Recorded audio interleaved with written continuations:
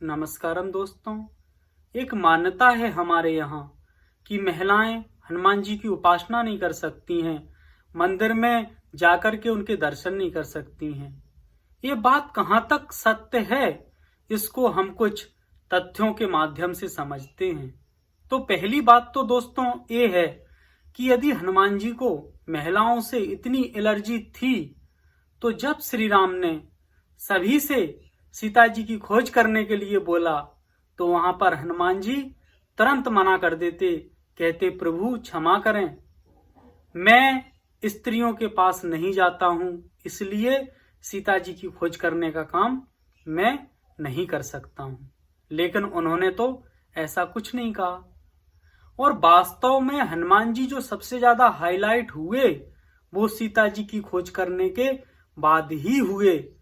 जब हनुमान जी लंका में गए तो लंका में घुसने से पहले उन्हें लंकनी मिली।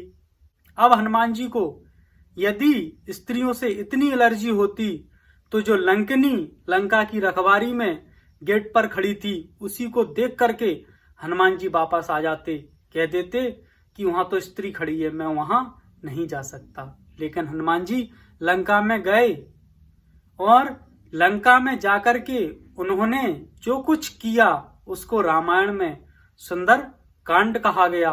उन्होंने लंका में जाकर के सीता जी से मुलाकात की और सीता माता के दर्शन करने पर उन्हें अजर अमर और रघुनायक की प्रीति मिले, ऐसा वरदान भी सीता जी से ही मिला।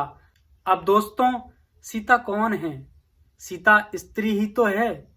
लंकनी कौन थी? वो भी तो स्त्री थी, जिसको हनुमान जी ने एक मुक्का मारा और उसकी बुद्धि शुद्ध कर दी। तो आज जो महिलाएं जिनकी बुद्धि लंकनी के जैसी हो गई है, अशुद्ध हो गई है, क्या उन्हें हनुमान जी के मंदिर में अपनी बुद्धि शुद्ध करवाने के लिए नहीं जाना चाहिए?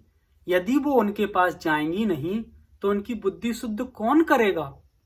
तो दोस्तों महिलाओं को भी हनुमान जी के दर्शन करने का, उनकी उपासना करने का पूरा पूरा अधिकार है। हनुमान चालीसा में भी लिखा है कि जो यह पढ़े हनुमान चालीसा होए सिद्ध साखी गौरीसा। उसमें ये नहीं कहा कि जो पुरुष पढ़े, जो ब्राह्मण पढ़े, जो शूद्र पढ़े, जो भी जिस जाति वर्ण का, जिस लिंग का जो भी पढ़ेगा वह सिद्ध हो जाएगा, इसके साक्षी महादेव हैं। लेकिन कुछ लोगों ने ऐसी हवा फैला दी कि महिलाएं हनुमान जी के मंदिर पर नहीं जा सकती हैं, वहां पर जो महिला व्यास हैं वो बैठ करके कथा नहीं कर सकती हैं। ये सब हमारे मन की मान्यताएं हैं। हनुमान तत्व को अपनी बुद्धि से समझने की कोशिश ना करिए। वो बुद्धों का बुद्ध है, वो महाबुद्ध है। उसे स्त्री पुरुष में, किसी जाति में, वर्ण में कोई अंतर दिखाई नहीं देता है।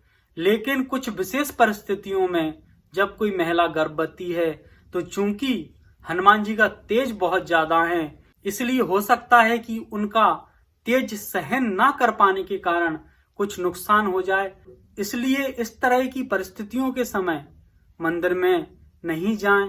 लेकिन वैसे हमेशा मंदिर जा सकते हैं, उपासना कर सकते हैं, हनुमान चालीसा का पाठ कर सकते हैं। हनुमान ही एक ऐसा देव है जिसका प्रताप चारों युगों में है। चारों युग प्रताप तुम्हारा।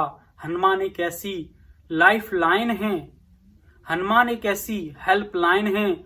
जब दुनिया की कोई हेल्प लाइन तुम्हारे काम ना आए तो हनुमान तत्व को याद करिए, वो आपके काम आएगा, आपकी रक्षा करेगा, आपको सुरक्षा प्रदान करेगा।